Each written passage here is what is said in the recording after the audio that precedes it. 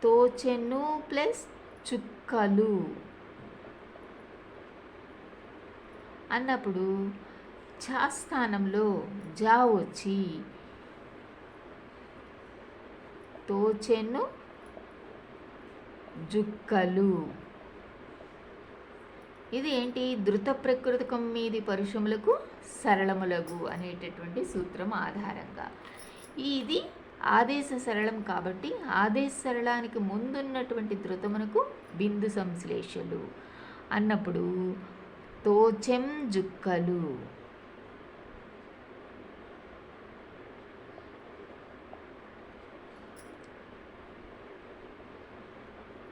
తోచె జుక్కలు.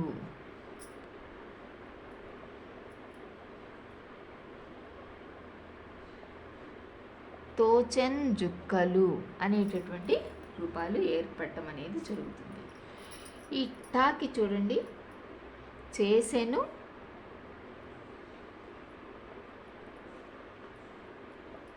Plus టక్కులు. చేసెను టక్కులు అన్నప్పుడు ఇది టా స్థానంలో డా రావటం అనేది జరుగుతుంది.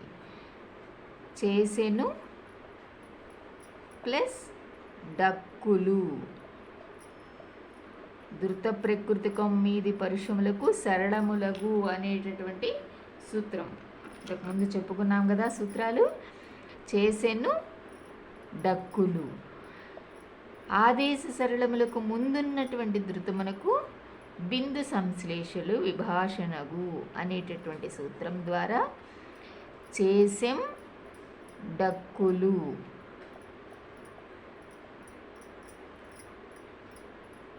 చేసే డక్కులు.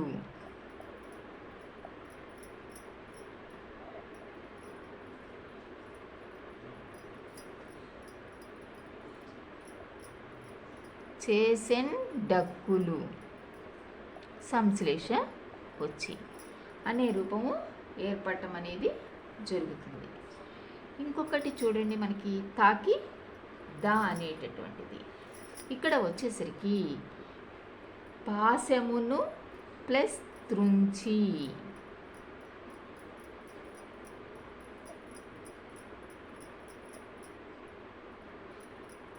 పాశమును ప్లస్ త్రుంచి ఇక్కడ వచ్చేసరికి ధృత ప్రకృతి మీది పరుషములకు సరళములకు పాశమును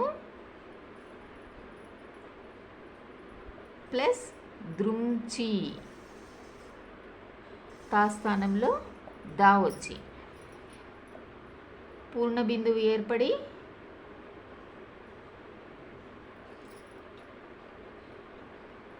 పాశము ద్రుంచి.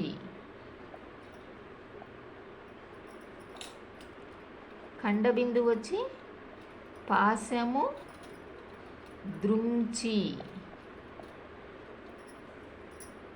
సంశ్లేష వచ్చి పాశమున్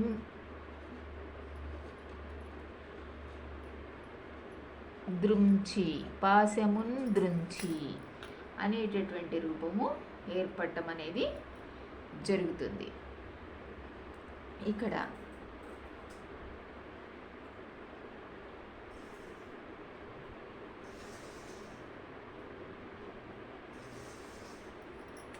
పాశమును ద్రుంచి. ఏమీ గనక రాకపోతే ఈ రూపం కూడా రావటం అనేది జరుగుతుంది. చేసెను డక్కులు.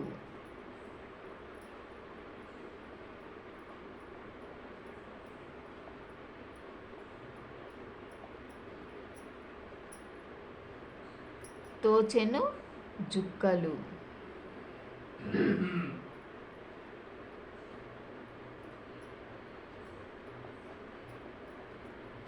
అలాగే పూచెను గలువలు.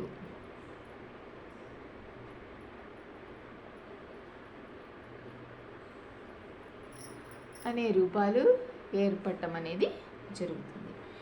ఇప్పుడు పాకి చూడండి, ధర్మవర్తనను ప్రసిద్ధికి.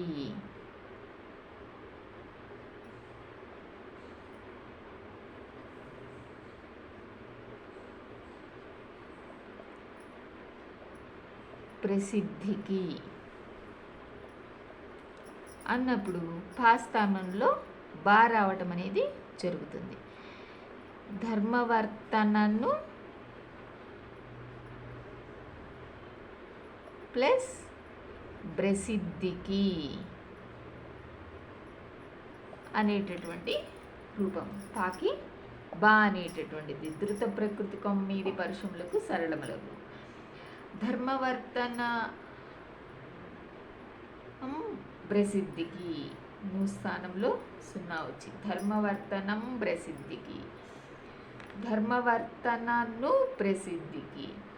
ధర్మవర్తన ప్రసిద్ధికి 0 వచ్చి ఇలా రూపాలు ఏర్పడటం అనేది జరుగుతుంది. మొదటి 2 సూత్రముల ఆధారంగా. 3వ సూత్రము ధృతమునకు సరళ స్థిరములు పరమైనప్పుడు లోప సంశ్లేషలు. 4వ సూత్రము వర్గయుక్ సరళములకు పరంబొగినప్పుడు ఒకానొకచో పూర్ణ బిందువు కానంబడేడి. ఇలా ఈ 4 సూత్రాలు సరళాదేశ సంధికి చెందినటువంటివి. జాగ్రత్తగా గమనిస్తే సరళాదేశ సంధి చాలా తేలిక. మనకి ఈ సరళాదేశ సంధి పద్య భాగంలో ఎక్కువగా కనిపిస్తూ ఉంటుంది పద్యాలలో. ఈ సరళాదేశ సంధి అనగానే మనకి పద్యాల్లో అరసున్నాలు సున్నాలు కనిపిస్తే గనక అది సరళాదేశ సంధి అని గుర్తించవచ్చు. ఈ సున్నాలకి అరసున్నాలకి పక్కన మనకి సరళం అనేటటువంటిది అక్షరం మనకి కనిపిస్తూ ఉంటుంది. ఈ సరళము అనేటటువంటివి కనిపించటం అనేది జరుగుతుంది. అలా కనిపించినప్పుడు ఈ